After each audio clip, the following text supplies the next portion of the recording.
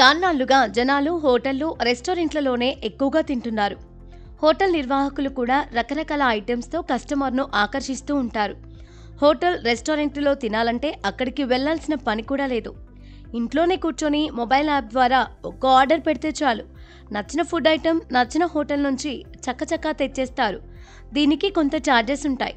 అయితే easy process కావడంతో ఎంతోమంది ఆన్లైన్ ఫుడ్ డెలివరీ యాప్స్ ద్వారా ఆర్డర్లు పెట్టుకుంటున్నారు.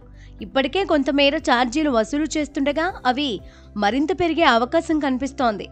తాజాగా వచ్చిన మార్పులతో ఫుడ్ డెలివరీ మరింత ఖరీదు అయ్యేలా ఉంది. ఎప్పటిలాగానే ఆన్లైన్లో ఫుడ్ ఆర్డర్ చేస్తే కొత్త రేట్ల గురించి ఖచ్చితంగా తెలుసుకోవాల్సిందే.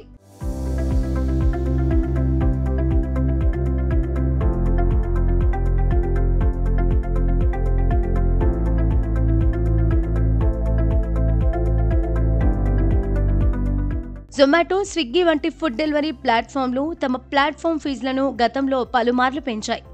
దీంతో పాటుగా సెప్టెంబర్ 22వ తేదీ నుంచి డెలివరీ ఛార్జీలపై 18% జీఎస్టీ కూడా విధించబోతోంది.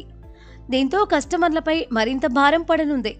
జొమాటో, స్విగ్గీ వంటి ఫుడ్ డెలివరీ యాప్స్ తమ సేవలను మెరుగుపరచడానికి, ఆపరేషన్ ఖర్చులను భరించడానికి ప్లాట్ఫామ్ ఫీజులను పెంచాయి.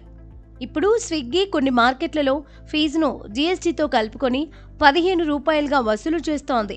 ఇక అదే జొమాటో జీఎస్టీని కలుపుకోకుండా 12 రూపాయల 50 పైసలు వసూలు చేస్తోంది. మరో ఫుడ్ డెలివరీ సంస్థ మ్యాజిక్ పిన్ కూడా ఆర్డర్కు ప్లాట్ఫామ్ ధరను 10 రూపాయలుగా నిర్ణయించింది. ఇవి కాకుండా డెలివరీ ఛార్జీలపై కొత్తగా వచ్చిన 18% జీఎస్టీ వల్ల జొమాటో యూజర్లకు సుమారు 2 రూపాయలు, స్విగ్గీ యూజర్లకు ₹2.60 ఎక్స్ట్రా ఖర్చవుతుందని నిపుణులు అంచనా వేస్తున్నారు.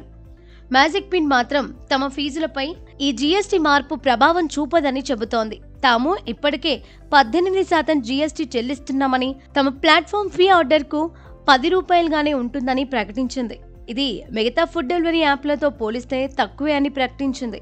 కాగా ఈ ప్లాట్ఫామ్ ఫీజులో ఫుడ్ డెలివరీ కంపెనీలకు అదనపు ఆదాయాన్ని తెచ్చిపెడుతున్నాయి. డెలివరీ బాయ్స్ జీతాలు, టెక్నాలజీ మెయింటెనెన్స్, కస్టమర్ సపోర్ట్ వంటి ఖర్చులను భరించడానికి ఈ ఫీజులు ఉపయోగపడతాయని సంస్థలు చెబుతున్నాయి. కానీ ఈ ఫీజుల పెంపు మధ్యతరగతి కస్టమర్లకు ఆర్డర్ ఖర్చును పెంచుతోంది.